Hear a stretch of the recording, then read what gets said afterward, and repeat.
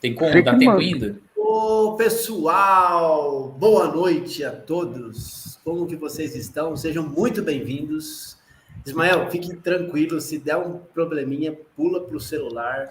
Caio, Eu se já der um passo pro celular. probleminha, pula para o celular, não tem problema nenhum. Mas vamos lá, enquanto está rolando, está tudo certo. Quero desejar boa noite a todos que estão nos assistindo. A gente está sendo transmitido pelo canal do YouTube na íntegra, pela página do Recuperação em Foco no Facebook e também pela página pessoal do Jairo lá. E aí depois, viu, pessoal, Ismael e Caio, eu vou baixar a live e aí eu mando para vocês, tá? Na íntegra para vocês partilharem e compartilharem aí. Bom, Beleza.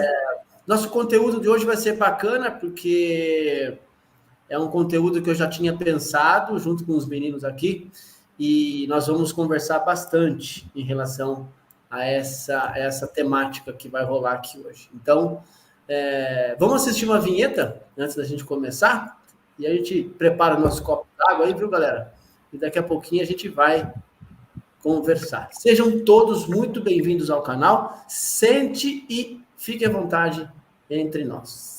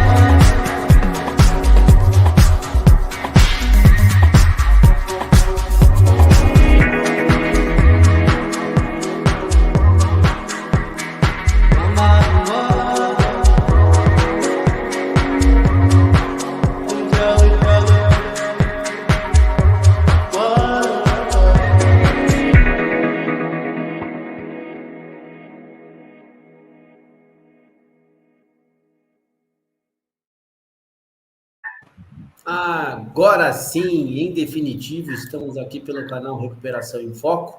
Já de antemão, quero agradecer, antes das nossas apresentações, quero agradecer a pessoa do Dr. Marcelo.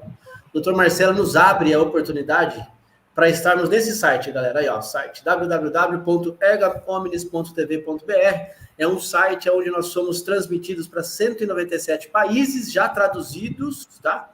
E essa TV é muito bacana. Inclusive, eu faço algumas matérias em relação à saúde mental dentro dessa TV Erga Omnes. E eu convido vocês a interagir, entender um pouquinho. Nós falamos sobre direitos humanos, enfim, várias questões interessantes para que você consiga entender um pouco mais sobre esses assuntos importantes, né? Direitos humanos, o que se funciona a respeito disso, enfim. E aí nós estamos dentro desse canal, colocando aqui a área da dependência química e as questões também que permeiam esse assunto tão bacana e gostoso de ser discutido, né, galera? Ismael Bittencourt, mais uma vez conosco. Seja bem-vindo a esse time. Muito obrigado, Jair. Uma vez, passo o bastão para você se apresentar para a galera. Bom, pessoal, meu nome é Ismael Bittencourt, eu sou psicólogo clínico. Já trabalhei aí e trabalho, né, fazendo os atendimentos dentro da área de dependência química também. Trabalhei numa instituição por quase 3 anos, uma experiência ótima, onde eu pude conhecer aí diversos casos e aprofundar um pouco mais no assunto aí também, que a gente vai estar trazendo para vocês. Muito bom! Seja bem-vindo, Caio! Agora é contigo, meu querido. Legal estar aqui com você, Jairo, com o Ismael, que praticamente de quase sócio já no Instagram fazendo lives, né? Meu nome é Caio Sertain, eu sou natural de Jaú, interior do estado de São Paulo, sou psicólogo clínico, trabalho nesse universo da dependência química já faz algumas décadas já, né?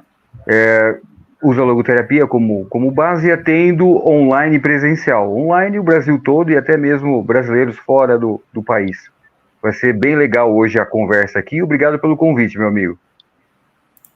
Tamo junto, pessoal. Tamo junto.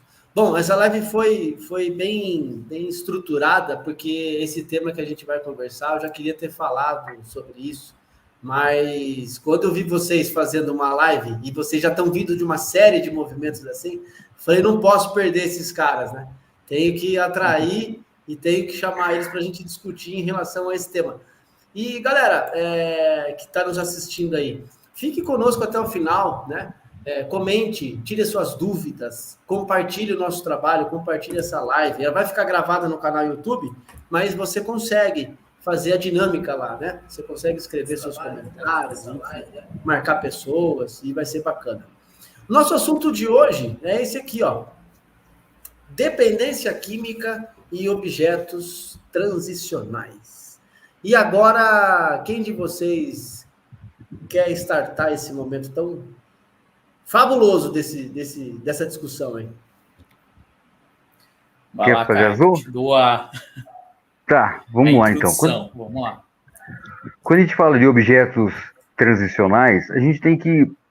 É um nome muito técnico e muitas vezes quem não é da área da psicologia, não é estudante ou não é psicólogo, acaba muitas vezes ficando meio boiando. O que seria isso daí? Tá? Na realidade, a gente está falando de desenvolvimento humano. Que, por exemplo, quando a gente está falando, associando a questão da dependência química, a gente tem que levar em consideração que a gente está trabalhando algumas inabilidades, né, que porventura foi anulada em vários episódios da vida do indivíduo por causa do uso abusivo de drogas, outras substâncias e até mesmo comportamentos adictivos, né? Porque, vamos lá, adicção não é só álcool e droga, tem outras modalidades também de adicção. Mas o que seriam então esses objetos transicionais? Vamos lá. Esse termo objetos transicionais foi cunhado por um inglês psicanalista e um médico que trabalhava só com crianças, chamado Winnicott, né? Então o tio Winnie, ele observando a galera, as crianças e os pacientes deles, né? Ele começou a observar alguns fenômenos interessantes. Por exemplo, quando o indivíduo vai passar de um estágio para um outro estágio de maturidade, é natural e saudável usar alguns objetos de transição. Vamos lá, então. O que seriam, então, esses objetos de transição? Só para a gente se localizar na nossa conversa. O bebê de peito está tomando, né, o leite materno, sugando. Aquele momento ali, o universo dele se resume, ele é muito específico ao peito da mãe e o aleitamento. Então, o vínculo da mãe e bebê, ali tem muitos teóricos que falam desse vínculo mãe e bebê, né? Se você é estudante de psicologia, está no segundo semestre, terceiro, né, Ismael? Você vai cansar de ouvir esses termos, né? Chega até a enjoar, não é verdade, Ismael? Fala, nossa, só isso, eu queria ver umas coisas mais bizarras, né? E tá só ali, calma, uma coisa de cada vez.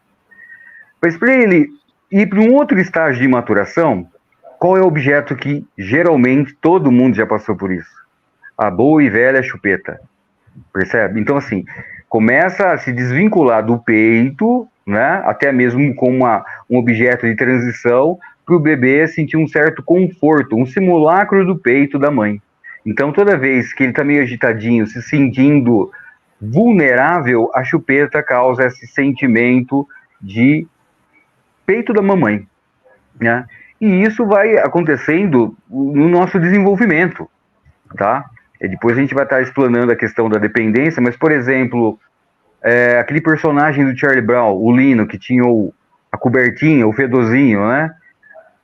Se vocês estiverem assistindo o nosso bate-papo aqui, né, interaja e tal, mas observa, geralmente um primo, ou você mesmo, ou seu filho, filha, adota, por exemplo, o famoso paninho, que, nossa, para pegar aquele paninho, resgatar ele, para lavar é uma vida, tem que fazer uma puta de uma jogada.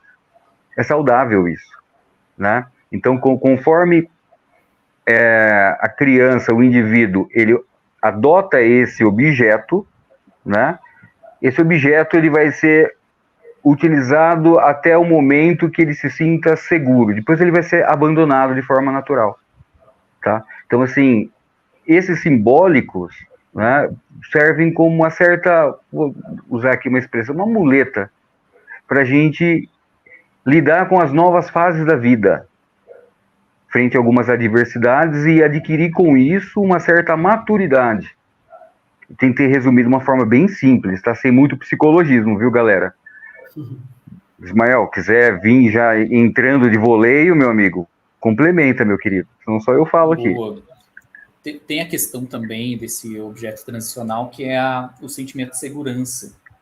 Então, todos nós, a gente vem buscando, né, desde a nossa infância, se sentir seguro perante o mundo mesmo. Então, a primeira relação, como o Caio falou, já é com a mãe, né, que traz ali uma segurança para o bebê, e depois os objetos, eles vão mudando. Então, vai ficando cada vez mais perto do mundo. Então, relação com a mãe, por um momento, e depois vem a relação com o mundo. E, para isso, os objetos, né, vão sendo manipulados. Você percebe no desenvolvimento do bebê que ele vai passando ali, por exemplo, colocando as coisas na boca, depois já passa para o objeto, pega o apoio, né, como se fosse ali o paninho, e depois já vai com os brinquedinhos, né, aprende a brincar um pouco, e isso vai trazendo com que ele tenha uma relação interpessoal e relação com o mundo, de certa forma, um pouco mais segura. Então, é igual o Caio falou, isso faz parte de um movimento saudável dentro da criança, tanto na formação do caráter, na formação da personalidade, no desenvolvimento mesmo intelectual do bebê. Ele precisa estar fazendo essa exploração, só que aquilo, você vai explorando na medida que você vai agarrando a outras coisas. Então, você pega uma coisa ali, aquilo traz um sentido para você. Conforme o seu desenvolvimento cognitivo e amadurecimento também, você vai passando para um outro objeto, né, que é um pouco mais maduro, né, vamos dizer assim. E a gente até, se a gente for ver até a gente na vida adulta, né, a gente está manejando coisas o tempo todo. A gente maneja o trabalho, maneja o celular, maneja determinadas coisas, porque essas coisas, né, nos dão um certo lugar. É igual tem ele também foi filósofo, né, mas um psicanalista francês chamado Jacques Lacan, e ele trazia muito essa questão do objeto como também como um objeto de desejo, mas esse objeto, ele nos dá um certo lugar no mundo. Então, Legal. A gente se sente inserido dentro de um contexto, dentro de uma família, dentro de um ambiente, né? A partir do momento que tem objetos onde você consegue, como se fosse agarrar mesmo, ali. Tá segurando, né? Apalpando determinadas coisas, manejando, brincando, né? Numa questão mais infantil. E isso vai mudando, né? As brincadeiras, elas vão se tornando outras ao decorrer do tempo. Eu acho que o sentido, isso é muito interessante, que todo o nosso desenvolvimento, né, segundo essa linha dos objetos transicionais, passa por esses momentos, né, por essas transições. Então, é extremamente importante. Muito legal isso que vocês estão falando, porque eu tô meio viajando aqui, né, e colocando algumas coisas, né. Pô, mas lá, quando eu tinha 15 anos, eu tinha uma lapiseira que eu gostava tanto que não gostava de ninguém pegasse, né. Aí, quando eu estava com 18 anos, essa lapiseira se tornou uma moto, que eu quis tanto, né? E aí, depois dessa moto, e aí assim, na minha concepção, né, e no meu entendimento de vivência, os objetos transicionais se tornavam como uma adrenalina, né? Porque, e aí a gente chega um pouquinho, né, no uso de drogas, nada mais, nada menos que é uma busca por algo que eu vou me apegar, algo que eu vou me alicerçar, algo que eu vou sentir ali um apoio tremendo, a ponto de ser destrutivo. Né? Sim. E aí, fazendo esse link, né, com a dependência química, e também uma pergunta para vocês, será que o cigarro não me lembra algo lá na infância por ser tomado ou por assumir um papel lá, por exemplo, de ser arrancado abruptamente, por exemplo, do peito da mãe, algo que teve um sentido, ou a mamadeira arrancada ali sem ter o ciclo dela de uso, e aí eu vejo e percebo no cigarro uma questão que lá atrás estava ligada. Tem alguma coisa a ver, ou eu estou falando groselha aqui? Não, tem sim. Vamos lá. Aí a gente vai passar para um outro teórico, por exemplo, né? Então agora a gente vai falar com o tio Sig.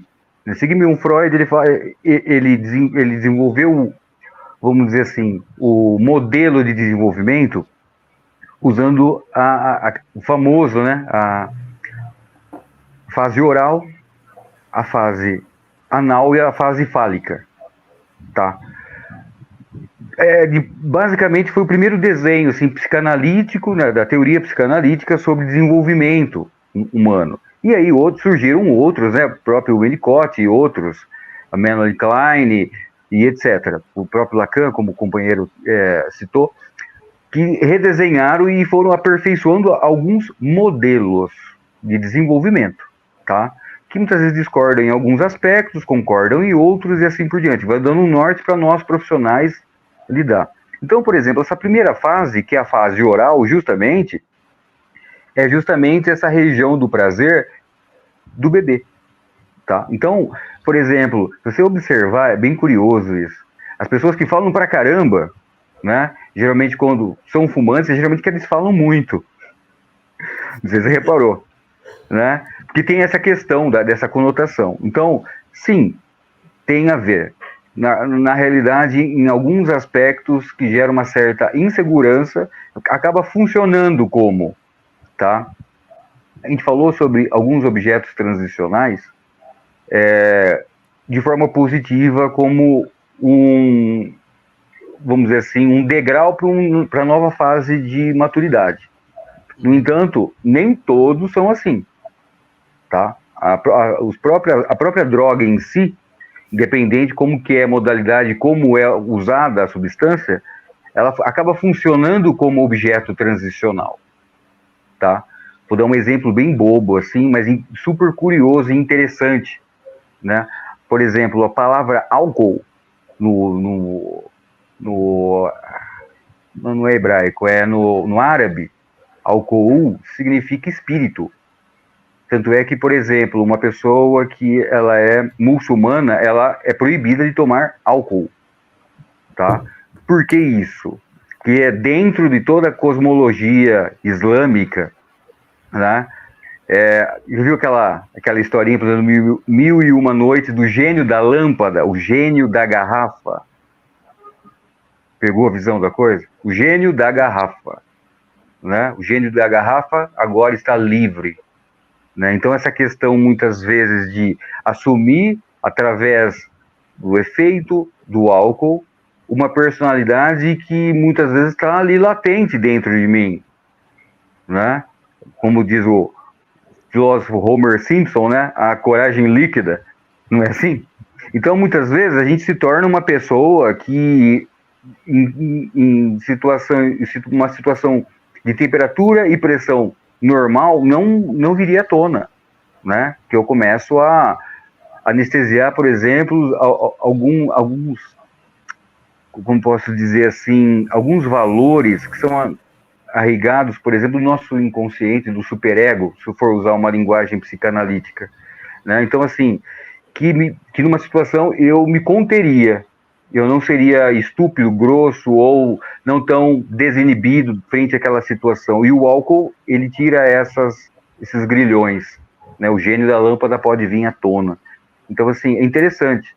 O objeto transicional pode ser algo muito natural e saudável, mas também pode ser algo destrutivo. Quer complementar alguma coisa, Ismael? Nossa, eu saí falando de novo, desculpa. Não, relaxa. Importante que a gente está aprendendo junto aí também. Então, nessas questões hoje existe, inclusive, muitas controvérsias, né? A respeito dessas questões das fases e tudo, mas é interessante da gente notar que realmente, se a gente para observar, quando a pessoa ela tem uma certa dificuldade tanto de fazer essa transição, ou quando passar uma fase para outra, né? Passa, por exemplo, fase anal, né? Acontece alguma coisa ali que prejudica o bebê em determinado ponto, ou tem algumas, né, teorias dentro da psicanálise mesmo, ali mais voltado para Freud, que quando acontece algo na vida adulta, né, do indivíduo, uma frustração, perda de relacionamento, ou alguma coisa acontece, ela pode voltar a algumas dessas fases, né, e ficar fixada nessa fase. Então, isso se relaciona, né? Tem uma certa ligação simbólica com a questão, por exemplo, da fase oral, né? Dessa questão de colocar, de ingerir as coisas, de experimentar as coisas, de um movimento mais de fora, né, para dentro, de trazer as coisas para si. Tem a fase anal também, que tem a ver com a questão da retenção, né? A pessoa começa a aprender um certo autocontrole, e ali todas as fases elas têm um significativo simbólico. E dentro dessa perspectiva, realmente faz muito sentido. Você vê que, por exemplo, dentro de algumas fases, se a pessoa tem algumas complicações, isso gera consequências. Então, quando você pega esses objetos transicionais de um modo mais saudável, isso ajuda o indivíduo na maturação, no desenvolvimento dele. Só que se acontece alguma complicação, você já consegue ver que isso já vai colocando uma certa complicações, né, tanto a nível cognitivo, a nível comportamental, alguns desajustes também social, porque o quanto ela se relaciona com o objeto ou com o mundo exterior, acaba ficando, de certa forma, corrompido. Então, aí vem, por exemplo, a questão das drogas, tem um significado aí onde o indivíduo ele busca uma determinada satisfação, né, que o objeto ali de prazer, o objeto que a pessoa vai buscando e vai passando, são objetos que ela vai se sentindo satisfeita, né? E aí começa a acarretar vários problemas. Então, toda complicação que tem em alguma dessas fases de desenvolvimento pode acarretar consequências. Inclusive, tem um livro que fala muito sobre isso, que é a Clínicas Atuais, né, dentro da psicanálise, falando, por exemplo, complicações dentro da infância, o quanto isso tem a ver com a vida adulta. Então, muitos dos nossos problemas, e a gente experiencia isso, a gente vive, né? A gente fala que a psicanálise ela se prova pela experiência, né, de uma forma empírica, você sente dentro do corpo. E que o quanto, por exemplo, que a vida adulta, você passa por determinados momentos e aquilo te acarreta coisas que você viveu dentro da infância, dentro de alguma dessas fases que você estava passando de uma transição para outra. E lembrando que essas transições envolvem insegurança, envolve angústia, envolve sofrimento. Não é fácil. Você pega o nosso amadurecimento ele não é todo bonitinho, né? Na verdade, quando a gente é jogado para o mundo, a gente está sendo lançado aí na cova dos leões, né? Se vira quem consegue aí arcar com as responsabilidades e andar pela vida. Mas de outra forma, também tem algumas pessoas que acham um meio ali de satisfação onde, simbolicamente, tudo aquilo que representa fuga, tudo que representa um certo refúgio, ilusão, cara, é a própria droga, né? Algo viciante, algo que a pessoa ali fica tão identificada com o objeto que parece que é como se fosse como se sugasse, né, todos os conteúdos ali da pessoa para aquele objeto, como se ela perdesse um pouco, né, entre aspas, lembrando, né, a própria identidade. Muito legal, muito legal, que show, né? Até aqui tô babando aqui junto com vocês nessa live que está sendo bacana. E aí, pensando nessa questão desses psicanalistas que já foram citados, e aí vem Freud, não sei se vocês vão conjugar com a mesma ideia, mas todo esse material, toda essa potência se encontra no nosso inconsciente. E aí o desafio é trazer do inconsciente, sendo entendido, trabalhado para o nosso consciente, e aí sim desvincular, por exemplo, entender o que é medo, entender por que lá atrás eu tive um desapego, entender por que lá atrás eu tive uma questão de não ter um apoio, de não ter uma palavra, de não ter... Enfim, é isso mesmo? Então, vamos lá. Porque assim, eu quando saí da faculdade, eu usava como base teórica a psicanálise. Eu acho ela fantástica. Mas se você perguntar para mim assim, Caio, você usa psicanálise hoje? Não uso a psicanálise. Eu uso a logoterapia, tá? Então, assim, é muito legal, cara, essas questões, principalmente das fases anal, oral, anal, fálica. Legal. Só que me incomoda muito, e isso buscou, por exemplo, na teoria do Dr. Viktor Frankl, porque, assim, me incomodava um pouco essa questão da psicanálise ser um tanto quanto determinista. As minhas experiências são... Eu sou fruto das minhas experiências, é só isso, percebe? Então, assim, eu gosto muito quando o Dr. Frankl fala que a logoterapia, na realidade, é um complemento das demais abordagens no que elas deixam a desejar. Então, assim, diferente das outras abordagens, não tem aquela rincha, assim, de, não, porque eu uso muito do simbólico da psicanálise, quanto da analítica junguiana, e quanto exercícios, por exemplo, da comportamental cognitiva, coisa que é quase uma blasfêmia, porque a minha visão de mundo é uma visão da logoterapia. Perfeito? Então, assim, eu não sou fruto, ou melhor, eu sou fruto do meu passado, mas eu não sou escravo dele. Essa é o grande diferencial. Então, por exemplo, em alguns aspectos, tá, da teoria freudiana, eu discordo. E alguns colegas falam, nossa, isso é uma blasfêmia! Blasfêmia! Onde se viu? Freud foi um gênio, mas como todo ser humano, ele é limitado. Tá? Então, por exemplo, essas questões das fases, né, eu não vejo como determinante, eu não vejo isso na clínica como determinante. Tá? Porque, na realidade, o ser humano ele é movido por sentido, ele busca um sentido na sua própria existência. A vida precisa fazer um sentido, segundo a logoterapia. Embora muito do que a psicanálise descreve, um usuário de crack, de outras drogas, né, ele perde o sentido, então ele reduz ao nível animal.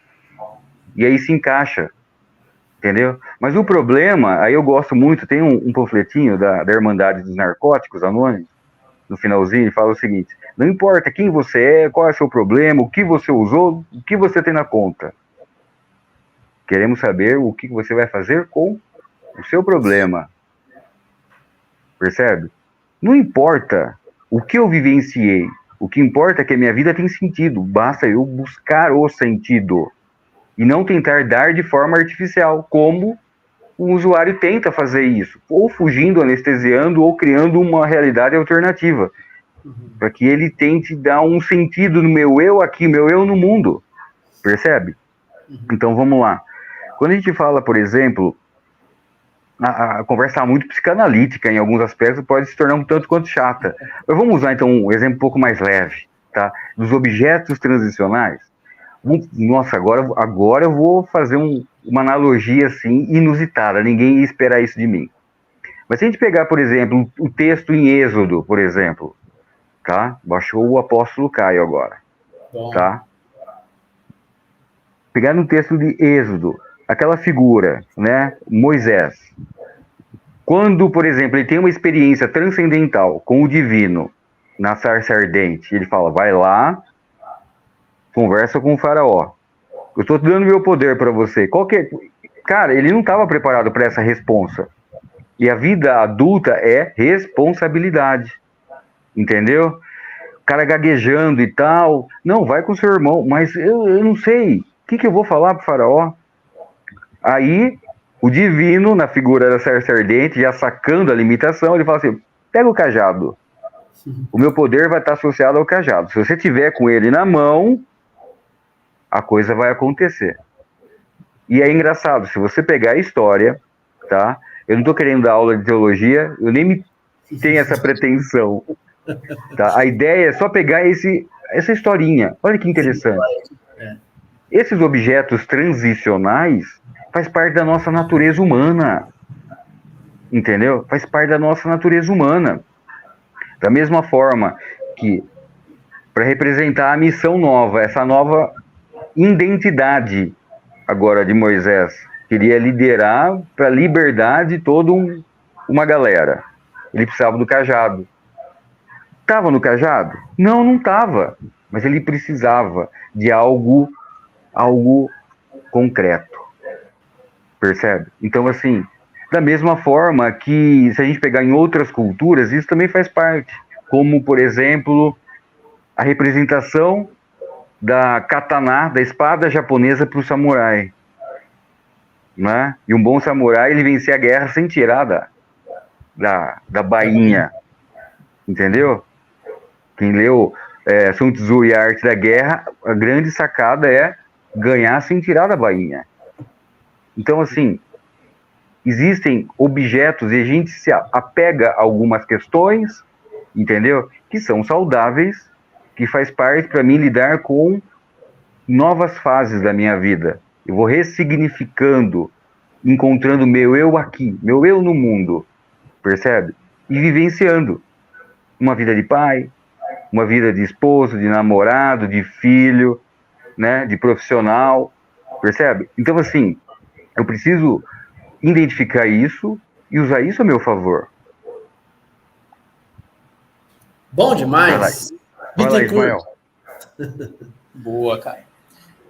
Bom, eu acho que dá para fazer um paralelo com o que o Caio falou, que faz realmente, assim, experiência clínica, né, que eu vou estar falando para vocês. Uma coisa que eu fui percebendo, né, e que acaba se tornando um certo impasse mesmo, quando a gente fala dos objetos transicionais, né, isso faz realmente muito sentido, porque a pessoa ela vai evoluindo ali, seja da droga, a droga não se mantém ali num nível só de satisfação, ou seja, você sempre vai precisando, né, passar essas questões para outras coisas e piores, e aquilo você vai perdendo um pouco da sua própria identidade mesmo.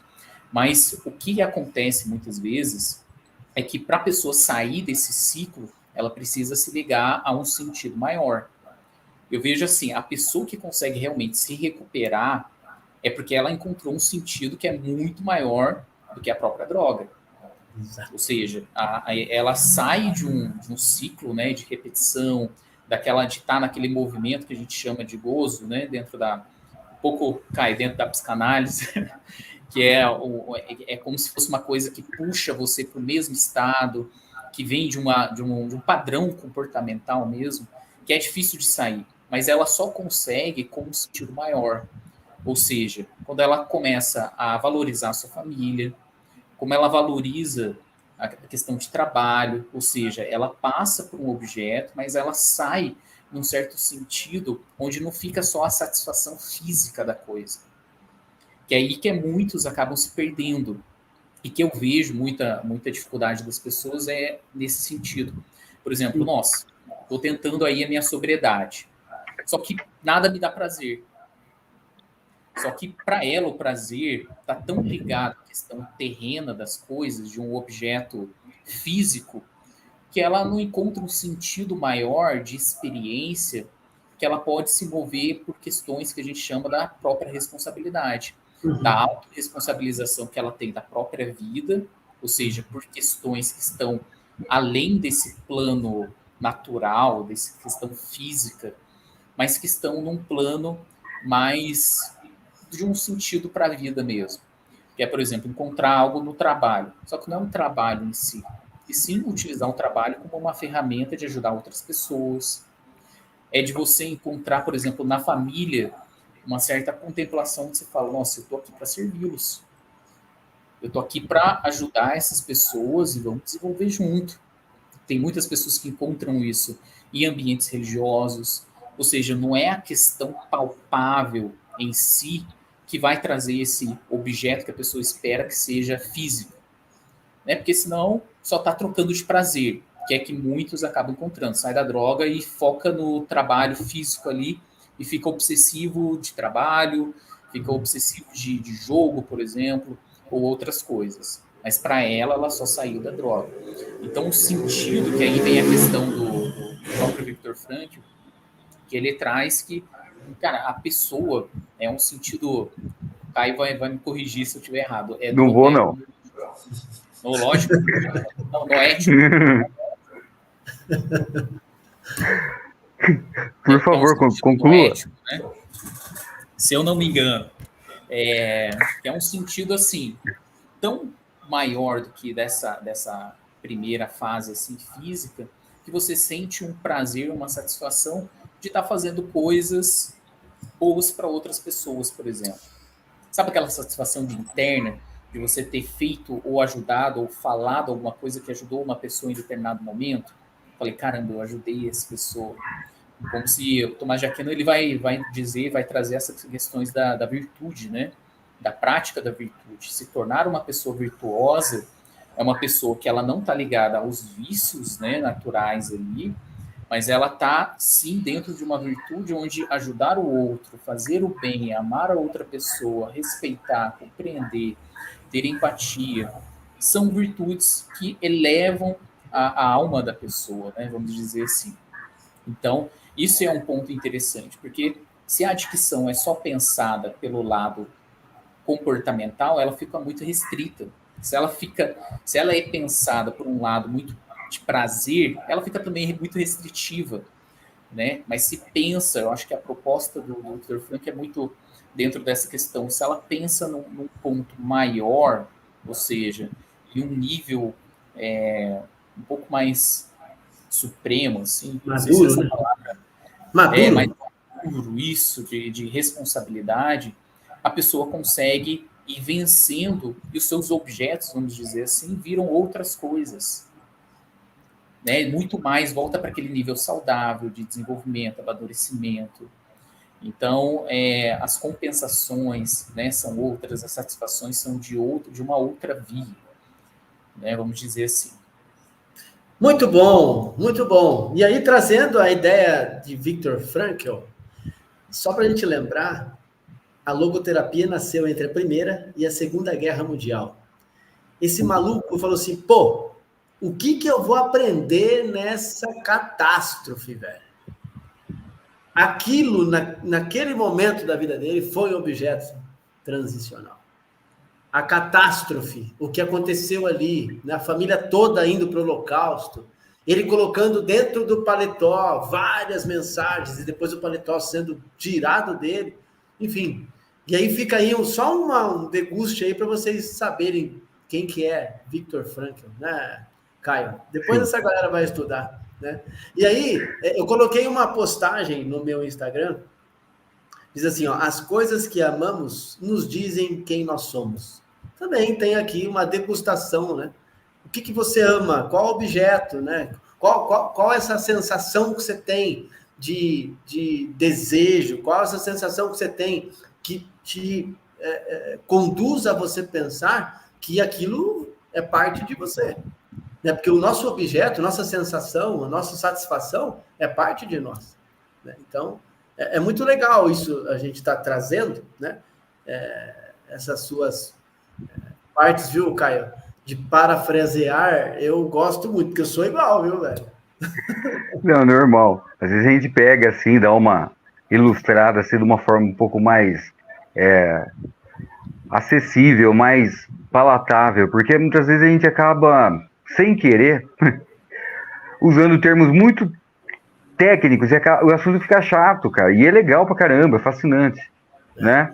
Então, assim, o Ismael estava comentando sobre essas questões mais transcendentais, né, e esses elementos simbólicos, que não necessariamente, muitos deles são físicos, isso é real, né, que muitas vezes a gente tem uma dificuldade em acessar algo mais transcendental, então a gente precisa de um simbólico. A gente vê isso em várias culturas, religiões, etc. A gente vê um simbólico palpável.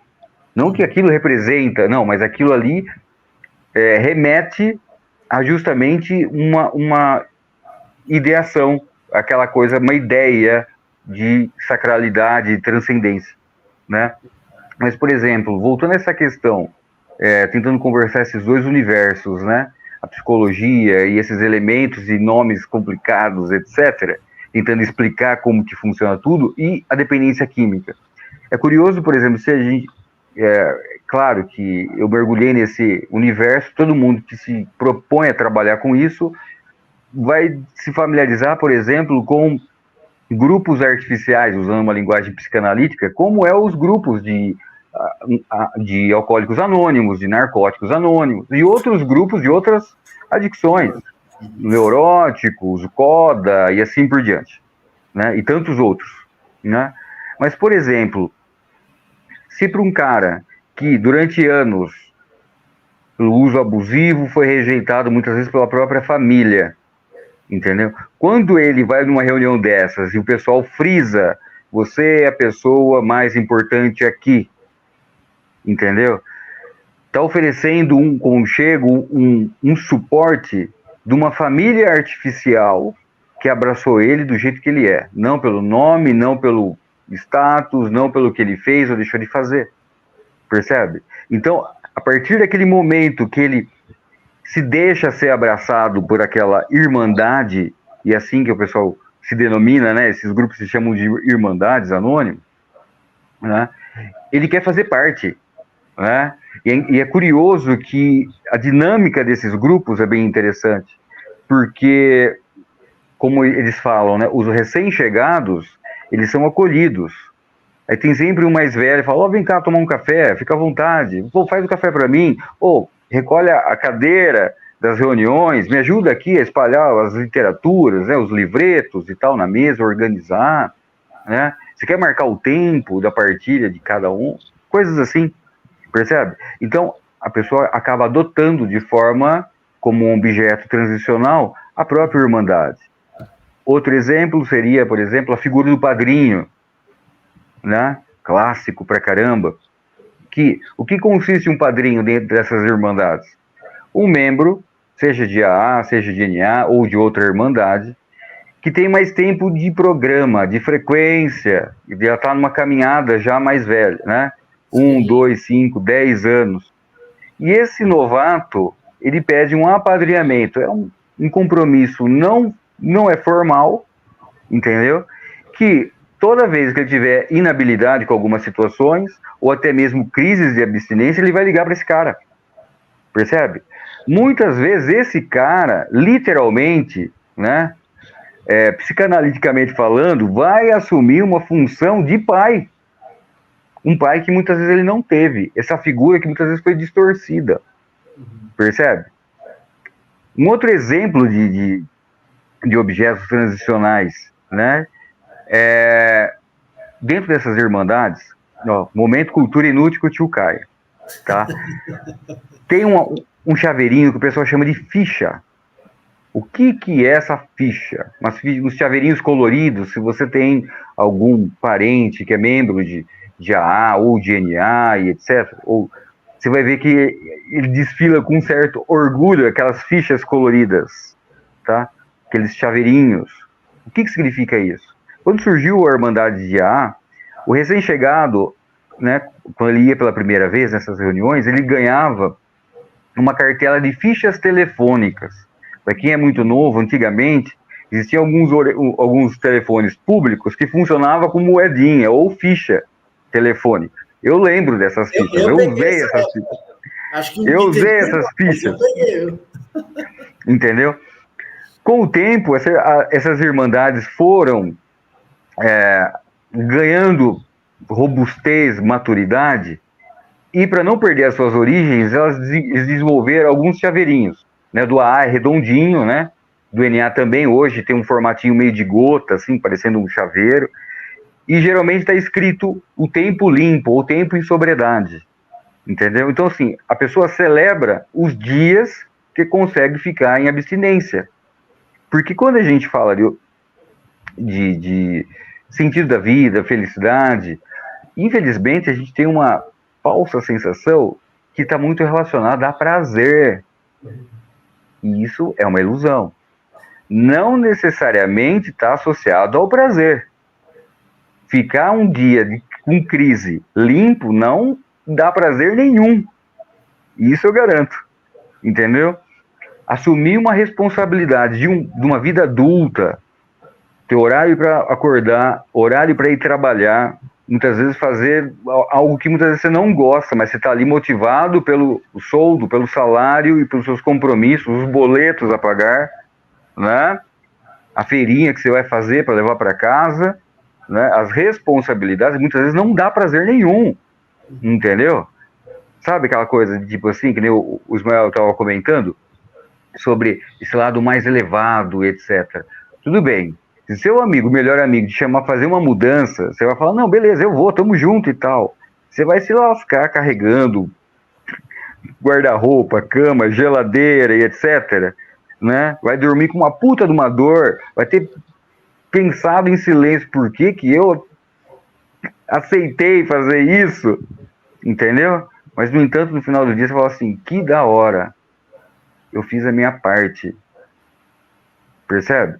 Então, assim, essa busca por sentido, muitas vezes, e até mesmo aceitar as novas etapas que a vida me oferece, não necessariamente vai trazer prazer. Não necessariamente vai trazer prazer. E mesmo no uso de drogas. Tem um texto bem interessante do Freud, eu não vou lembrar qual o livro que está, mas se não me engano é Além do Princípio do Prazer, o nome do texto. Um texto bem interessante, porque, curiosamente, algumas pessoas, né, e isso nós podemos nos incluir também, sem ter diagnóstico nenhum, porque a gente também tem essas, né, o diagnóstico, ele, na realidade, gente, só vou desmistificar, pelo amor de Deus, diagnóstico não é diploma para você pôr na parede, diagnóstico a qualquer custo para justificar as minhas insatisfações, pelo amor de Deus. Eu tô cansado de postagem assim, porque eu tenho TDAH, eu sou assim. Desculpa, você não tem porra nenhuma. O profissional que fez isso com você, nossa, te iludiu, meu bem. Para. A gente tá querendo muitas vezes uma bengala para justificar os nossos fracassos. Né? Então, assim, muitas vezes a gente é movido pelo desprazer. Né? E é muito comum, para quem trabalha com dependência química, muitas vezes a pessoa entra num ciclo de autossabotagem porque durante o uso abusivo de drogas e outras substâncias, álcool, etc., né, estava sempre acostumado com aquele sentimento de fracasso, de perca, de fundo de poço. E aí quando começa a trabalhar algumas habilidades, começa a adquirir o sentido da vida e conquistar pequenas coisas, lidar com algumas responsabilidades, não sabe o que fazer, porque nunca lidou com isso. Tá tudo muito bem, parece que tá faltando alguma coisa. Tá faltando o quê? O BO de sempre. Tá faltando aquela, né? Aquele conflito, o barraco básico do dia a dia, porque agora não tem mais o porquê. Percebe? Então, reaprender a significar a vida sem drogas é um puta de um desafio, que não necessariamente vai trazer prazer. Porque às vezes tá tudo muito bem, tô trabalhando, tô com uma namorada, saí de uma instituição, tô indo num grupo de apoio, no NA, no AA. Nossa, comprei meu carrinho. Nossa, minha mãe agora, né, tá deixando a chave de casa comigo. Parece que tá faltando alguma coisa. Percebe? Igual o cachorro que corre atrás do pneu. O carro parou, ele não sabe o que fazer. Ele começa a olhar pro lado e, tipo, não é comigo. Não é? Então, assim, esse ressignificar e reaprender a viver a vida, ou melhor, viver, né? Porque muitas vezes o adicto dependente acaba só sobrevivendo a mais um dia, né? Movido sempre pelo objeto de desejo, a próxima dose. E muitas vezes a gente precisa de outras referências, né? Esses objetos transicionais. Nem se for um chaveirinho, para falar assim, eu pertenço a algum lugar hoje, pessoas me entendem, me ouvem, eu não posso, eu tenho que me policiar, eu não posso perder essa nova família. Eu não posso perder essa conquista. Percebe? Muito legal o que vocês estão falando. Olha esse texto que eu achei, ó. Depois eu falo quem que é ela. As adições podem ser pesadas como uma estratégia paralela de sobrevivência. Elas se colocariam como uma última tentativa de defesa antes da loucura, ou mesmo da morte psíquica. O uso de determinadas drogas seriam em forma de buscar aquela solidão serena, um resguardo ou relação ao objeto, a construção de um espaço de proteção que não pode ser desfrutado de outra forma a não ser usando. E aí, mais uma parte aqui, ó. A adição seria uma tentativa de passar sem o outro, evitar essa experiência vivida como insuportável. A alteridade constrange o sujeito a sair de sua reserva protegida e embriagar-se seria um recurso para fazer calar a sua angústia e reencontrar a quietude. A droga seria o seu objeto transicional, que o faz ter em relação ao interno com o externo. O nome dela é Michelle Essel. Conhece, não? Não conheci, mas eu gostei do texto. Não conheço, não. Legal. É um estudo que ela fez, e eu dei uma pesquisada, e é exatamente isso. É um apoio, já foi falado por nós aqui, que nós buscamos incessantemente. E no caso de uma recaída, literalmente isso que o Caio falou, eu deixo de dar validade a essa nova família, eu deixo de dar validade a esse novo chaveirinho, a esse novo padrinho, a essa nova situação, a essa nova vida que ali, tanto dentro de Narcóticos Anônimos quanto de Alcoólicos Anônimos, nos promove. É sugerido nós termos uma outra vida. Agora, única e exclusivamente é para dentro. E eu preciso entender o que eu quero, o que eu não quero, o que eu desejo, o que eu não desejo, e aí se esforçar, porque nada cai do céu, muito menos a vida retomada, né? E aí, Bittencourt já vai falar, eu gostaria de dar os boas noites da galera aqui, essa galera que já passou, não sei se vocês já conhecem, ó, DG. Olha, se tiverem pergunta também, e quiser colocar aqui, porque eu não estou acompanhando no YouTube. Tem uma pergunta, mas inclusive se tiver, eu acho que eu pode mandar. Ela. Acho que eu conheço ela, se não me engano, pode ser que seja de uma instituição lá no sul de Minas. Eu liguei pelo nome. E aí ela fala assim, ó, como encontrar o objeto transicional? Então, como encontrar, na verdade, já é um processo meio que natural, né, que a gente vai buscando por satisfação. Eu acredito que o ponto seria como a gente encontrar esse objeto mais saudável, né, onde a gente saia ali de um ponto da droga, né, de um objeto ali de prazer e passe para um outro que seja mais saudável. Isso é muito interessante, essa pergunta. Bom, primeiro, a gente tem que pensar em mudar muita coisa ao nosso redor, né? Pensando em pequenas mudanças mesmo. E assim a gente vai conseguindo. Por exemplo, repensar ambiente, o que a gente está fazendo. Isso envolve toda uma reflexão. Pensar as questões familiares mesmo. O que nos leva, a identificação mesmo dos fatores que acaba contribuindo com que a gente fique naquele estado de objeto fixo, né, a respeito da droga. Você vê que a droga, na verdade, são multifatores. Então, tem questões com a família, tem questões pessoais, de autoimagem, por exemplo, que mexe com a autoestima, tem questões sociais envolvidas, tem ambientes.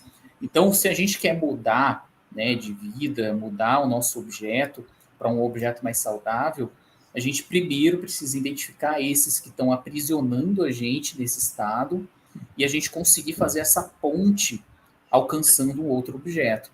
E eu vejo muito, o Caio falou uma coisa interessante, que eu lembrei muito da jornada do herói. Não sei se você já ouviu falar, Jair. Já. Quando ele falou do apadrinhamento, né, eu lembrei na hora que no começo, né, a primeira etapa da jornada do herói, a pessoa se vê em conflito. E eu acho que é muito parecido com a questão que está querendo sair da pessoa que está querendo mudar de vida. Ela se vê em conflito. Nossa, não sei se eu volto, continuo no mesmo estado, se aguento mais um pouquinho, que a pessoa vai se enganando, né? Ela acha que dá para ir prolongando e acha que pode parar na medida que ela quer. Só que ela vai vivendo esse conflito até o momento onde ela aceita primeiro, fala, olha, eu tenho um problema, esse objeto que eu estou buscando, ele está me levando ao fracasso, né? Eu não consigo manter a minha vida, a minha qualidade de vida, então eu preciso de alguém que me oriente nesse processo. Então, o que eu quero dizer com isso? Muitas vezes, para a gente sair de um estado, a gente precisa de uma certa orientação, ou seja, de pessoas de referência. Muitas vezes, uma ajuda psicológica, né? A gente vê, o Caio aí está de prova também, o Jairo também, o quanto que o aconselhamento e a terapia funciona para a pessoa, para o dependente químico, justamente para fazer essa elaboração de um novo objeto, essa elaboração de um novo caminho, onde vai tirar ela ali do estado das drogas. Então, ela precisa depois pensar na questão biológica também, né, que muitas passassem abruptamente, né, ficar ali, as crises, né, são terríveis e funcionam para cada um. Então, precisa muitas vezes de uma orientação médica, um apadrinhamento de uma pessoa mais experiente, que já passou por experiências ali que você está passando para poder te orientar, mudanças de ambiente. Então, procurar esse novo objeto é um desafio.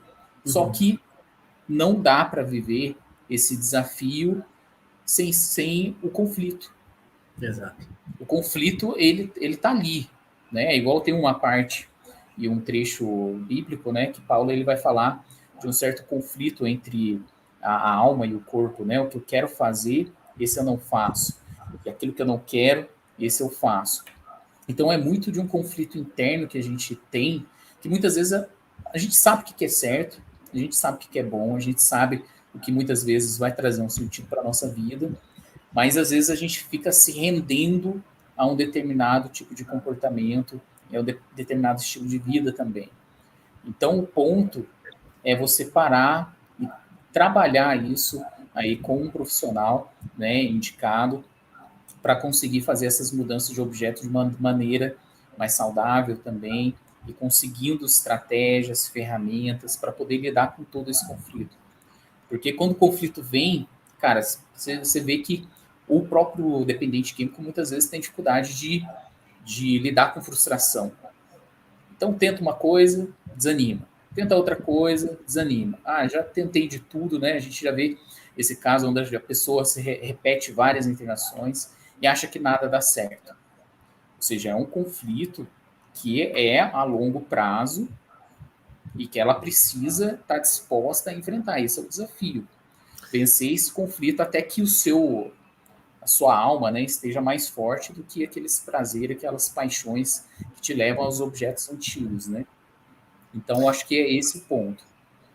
Será que, se nós pensarmos assim, como você trouxe, Bittencourt, a fase da recaída e para se levantar, ela é prolongada porque eu me prendo em uma das fases lá de trás e o uso de drogas me remete às fases que eu não consigo, como se fosse fase de game mesmo, o chefão chega lá, tal, e aí eu, reprovei, beleza, e aí eu fico reprovando. Será que a recaída em substância e movimento, né, categórico dos comportamentos não remete a lá? Não, me fechei naquela fase e aí eu não consigo passar.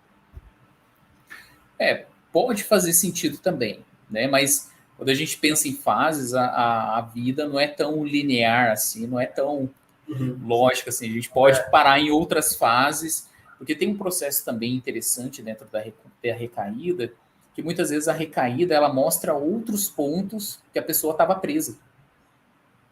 E que muitas vezes a recaída mostra o que ela precisa tratar. Então, nem sempre ela é vista de uma maneira dura e cruel, de que ela volta lá no ponto zero. Tipo, game over. Vamos começar o jogo de novo. Então, quando a gente fala a respeito da vida, às vezes a pessoa ela se depara por determinados pontos e ela fala, caramba, a vida não era desse jeito, eu tô tendo problema no meu relacionamento, isso está me fazendo mal. Aí ela vai, tem uma recaída, só que aquele ponto mostrou o quanto ela é falha em questões do quesito de relacionamento. Então, não é que ela voltou, tem uma frase muito interessante que eu acho na dependência química, inclusive eu questionava essa frase, que era voltar no final da fila. Eu falei, que fila imensa que é essa? Eu lembro um dos momentos que a gente teve o prazer de atuar junto, e você questionou essa questão. Eu lembro, eu estava junto, eu estava perto. Então eu falei, caramba, essa fila deve ser longa então, né? Porque se eu vou voltar lá pro lado da fila, coitado de mim. Quer dizer que todo o meu esforço não valeu, então? Mas não é esse o ponto, né? A questão é que, assim, tem que saber que você vai lutar pro resto da vida. Ninguém tá seguro o suficiente para falar assim, caramba, eu tô isento totalmente e virei um santo agora. Cara, quem puder dizer isso, parabéns, né? Mas eu acredito que é uma prepotência nossa quando a gente se acha muito no direito ou na garantia de que a gente nunca vai errar e nunca vai sofrer um dano nesse sentido. Mas é claro, toda recaída, ela mostra pontos, e se a pessoa não se cuidar, o buraco pode ser grande. Muito bom. Então, e agora fica o abacaxi para você, Caio. Será que o objeto transicional da família é o usuário de substância? Então, a questão da família. Eu só vou fazer um complemento do que o Ismael disse, que eu achei interessante, entendeu? Mas, assim, no manejo clínico, tanto quando eu trabalhava em instituições, né? Hoje eu só trabalho na minha clínica, tanto online quanto presencial, mas, assim, eu gostava muito de trabalhar em instituições porque a abordagem dava para ser um pouco mais direta, entendeu? Porque a pessoa ia estar lá, no outro dia ela ia estar lá. Ela ia ter que elaborar, muitas vezes, a frustração nesse sentido. Então, é muito comum o usuário, o adicto dependente, ele assume tantos personagens, ele está sempre em busca de algo, esse sentido de forma artificial, nesse objeto de desejo. E para eu pensar que, por exemplo, exemplo aleatório, a bebida, ela é a amante perfeita. Por que isso?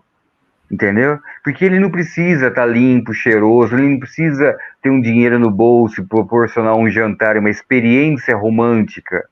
Ele não tem que aguentar, muitas vezes, né, aquela TPM da companheira, etc. Não, é só estender a mão, ela vai estar sempre ali para ele.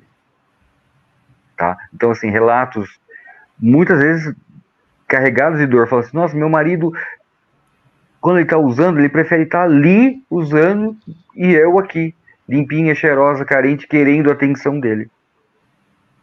Você vai perder nessa comparação, tá? Então, assim, a pessoa foi tantos personagens, o coitadinho, o malandrão, o filósofo no boteco, né? O cara movido por dó e tal, do farol, percebe? Ele foi tanta gente que ele não é ele, tá? Então, assim, geralmente em instituições, quando falou de fixação oral e etc, né? Geralmente a galera, assim, o restício da fixação oral é justamente as palavras, né? A manipulação fina, requentada, cheia de elaborações de histórias, né? E aí, por exemplo, não é esse cara que eu quero. E aí, muitas vezes, quando ele tinha um problema, ele dava um piti, eu apontava o dedo no peito dele e falava assim, é esse cara que precisa de recuperação. É esse cara que eu quero tratar. Não é esse personagem aí, fofinho, bonitinho, cheiroso, que tá aí na visita com a sua família, ou não, porque... Não, é esse cara que eu quero tratar. Percebe? Então, assim, geralmente, e eu conheço vários casos, muitos deles amigos pessoais, tá? Que ficaram vários anos em abstinência, limpo, tendo uma vida produtiva, funcional, saudável e tiveram recaídas. E uma coisa que eu posso identificar, assim, tanto como pessoa, como profissional, como alguém que viveu muito tempo nesse universo, é justamente que a pessoa tentou viver um persona que não era ele. Um personagem que não era ele. Percebe? Eu preciso saber meu tamanho real. Essa é a questão, tá? Agora, pegando a deixa do que o Jairo jogou no meu peito agora, muitas vezes a família, né, sem perceber, acaba sabotando. Por que eu falo isso? Da mesma forma que o objeto de desejo do adicto dependente é a sua substância, né, mágica, né? É o espinafre do Popeye, que ele é fantástico quando está sob o efeito miraculoso o centro do universo, o centro de gravidade, muitas vezes da família, é o adicto dependente. Então, muitas vezes, acaba sabotando, entendeu? A pessoa está internada, a família é a primeira a sabotar, a pôr defeito onde não tem, não sei o que existe.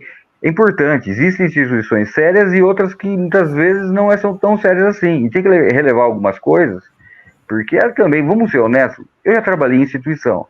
O que tem de vírgula, ponto e etc., para o camarada manter uma instituição, no Brasil, meu bem, olha, não é fácil, não. É sempre alguma coisinha, tá? E isso também não justifica alguns abusos que a gente vê por aí, tá? Então, é importante. Só que O filho, a filha, o marido tá numa instituição se tratando, nossa, a pessoa está sofrendo ali, sofrendo abstinência porque não consegue estar ali, não, ela, sabe? Aquele modus operandi de, nossa, é meia-noite, onde está? Vou pegar o carro, vou começar a correr atrás. Né? O que vai ser agora? Percebe? E parece que fica um vazio.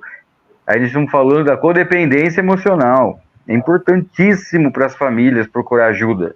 Não só profissional, mas existem grupos, como o Amor Exigente, Pastoral da Sobriedade, tem o Naranon, o Alanon. Existem inúmeras outras irmandades e grupos para familiares. Percebe? Porque assim, o codependente, é curioso, ele se anula, sabe o efeito Peter Pan? O efeito sombra, sabe? Aquela coisa de tipo assim, na historinha do Peter Pan, ele tá procurando a sombra, que a sombra tenta fugir dele, não é assim, né, na história?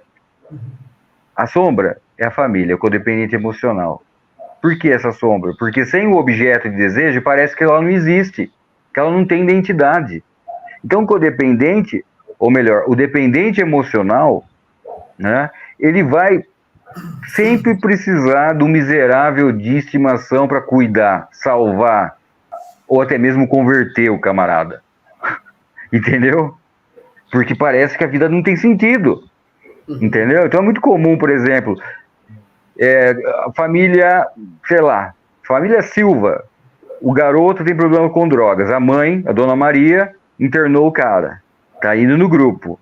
Aí tem um grupo de familiares. Aí tem uma outra, dona Joana, tem um filho que tá dando trabalho. A dona Maria vai lá na casa da dona Joana correr atrás da dica de estimação da dona Joana. Olha só que ponto. Tudo bem. E os outros filhos? E o maridão? Olha as outras relações como adoece. Percebe? Adoece. Né? Então, assim, é importante. É importante procurar ajuda profissional, procurar ajuda de grupos de apoio, tá? O Jairo levantou uma bola muito importante. Às vezes a gente fala muito de dependência e esquece de falar da família. É isso aí. E só para a gente fechar, a gente já está avançando no horário, vale a pena lembrar, a família adoece, mas também existem pessoas, assim como eu, que encontraram uma sensação diferente, encontraram uma oportunidade da ficha e agarrou a ficha com força, com fé e com tanta energia, que quando chega na casa, o objeto de desejo, que era o dependente químico totalmente disfuncional, chega um cara tratado, tranquilo, sereno, e agora da família? Quem será o objeto transacional? Será que isso é o mesmo o ente querido que trazia toda essa questão disfuncional? Ou será que sou eu mesmo que encontro algumas coisas e aí eu coloco, né? Eu transporto a culpa para o cara e falo, não, é por causa dele que isso acontece. É por causa dela que isso aqui acontece. Só que agora o cara está tranquilo, o cara está sensato, veio a consciência, está trabalhando, né? Está desenvolvendo, está sendo um membro da família e da sociedade produtiva. E agora? Qual o objeto transicional? Só vou pontuar uma coisa. Não necessariamente se classifica como objeto transicional. No caso, seria mais um objeto de desejo. Preciso ter. Tá? Porque esse objeto transicional é algo que o indivíduo acaba adotando para lidar com uma certa dificuldade em lidar com a nova fase da vida ou uma forma de identidade. Boa. Né? Eu pertenço, eu sou isso e etc. Né? Então, assim, é um objeto que está sempre com você, que representa algo novo.